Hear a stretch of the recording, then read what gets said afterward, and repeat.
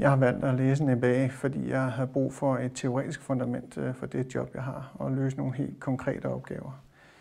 Også for, at jeg kan dokumentere min teoretiske fundament i min omverden, som har nogle forventninger til mig. Jeg har de sidste par stillinger, jeg har haft, der har jeg arbejdet i topledelsen af store virksomheder. Og der har det været rigtig vigtigt for mig at være klædt godt på til, at jeg kan forholde mig til hele virksomheden, og ikke bare til de problemstillinger, der er i en enkelt afdeling. Og der synes jeg, at en MBA den hjælper rigtig godt med at klæde en på. Den væsentligste årsag til, at jeg valgte Aalborg Universitet, da jeg skulle vælge, hvor jeg ville læse min MBA, det var, at de brugte problembaseret læring. For godt nok har jeg haft brug for at få et teoretisk fundament, men for mig har det allervigtigste været at kunne bruge det i praksis. Jeg valgte at læse en MBA på Aalborg Universitet, fordi jeg synes, at formatet, de kørte i deroppe, passede rigtig godt til mig og min familie, og det passede også fint ind i min karriere. Og så valgte jeg også Aalborg Universitet, fordi at det er en akkrediteret MBA, og det er for mig rigtig, rigtig vigtigt, at jeg ved, at den har en standard, som der er anerkendt rundt omkring i verden. Det passer godt ind i mit karriereforløb og i mine karriereplaner fremadrettet også. Så det var baggrunden for det. Jeg har jo naturligvis fået noget teori omkring helt konkrete emner, hvor selvfølgelig strategi og erhvervsøkonomi er væsentlige. Men jeg synes måske, at den største teoretiske kompetence, jeg har fået, handler om en metode at angribe problemstillinger på. Dels kan jeg jo dokumentere en teoretisk fundament, men det kombineret med de jobfunktioner, jeg har og har haft, gør, at jeg tror, at mine karrieremuligheder er blevet meget bredere og også på et højere niveau, end hvis ikke jeg havde taget en MBA. Og det har jeg helt klart også med i mine overvejelser, da jeg valgte at ville læse en MBA, at det her handlede jo også om min fremtid. Jeg tror, en ting er at have taget MBA'en, men en anden ting det er, at jeg også har fået et nyt netværk af dygtige mennesker.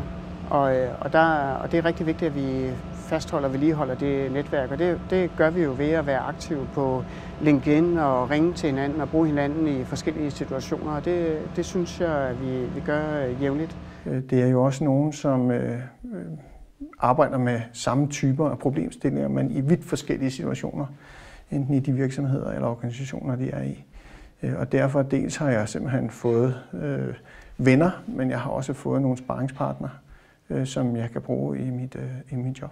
Det er klart, når man har taget sådan en MBA her, så vil man godt sikre sig, at den viden, man har fået undervejs, at den bliver vedligeholdt. Og der synes jeg, at noget af det arbejde, der er for Aalborg Universitet og Alumneforeningen, hvor man egentlig vedligeholder kontakten til universitetet efterfølgende, den er rigtig, rigtig god. Jeg er gået igennem en forløb som menneske, som jeg ikke kan løbe tilbage af, for det har simpelthen ændret mig, og ændret min måde at tænke på. Og mest af alt perspektiveringen af både problemstillinger, men også sådan en måde at betragte verden på. Det er alt fra det, der foregår i virksomheden, men også bare til helt almindeligt at se tv, at man for mit vedkommende simpelthen ser tingene i et andet perspektiv.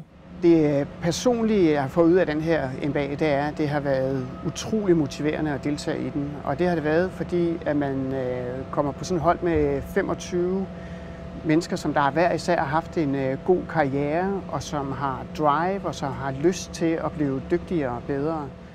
Jeg synes, det har været også en hård rejse, men jeg vil sige, det har været det hele værd. Jeg tror, en af de vigtige ting i forhold til, at det er en hård rejse, det er, at man skal have sine aftaler med sine omgivelser på plads.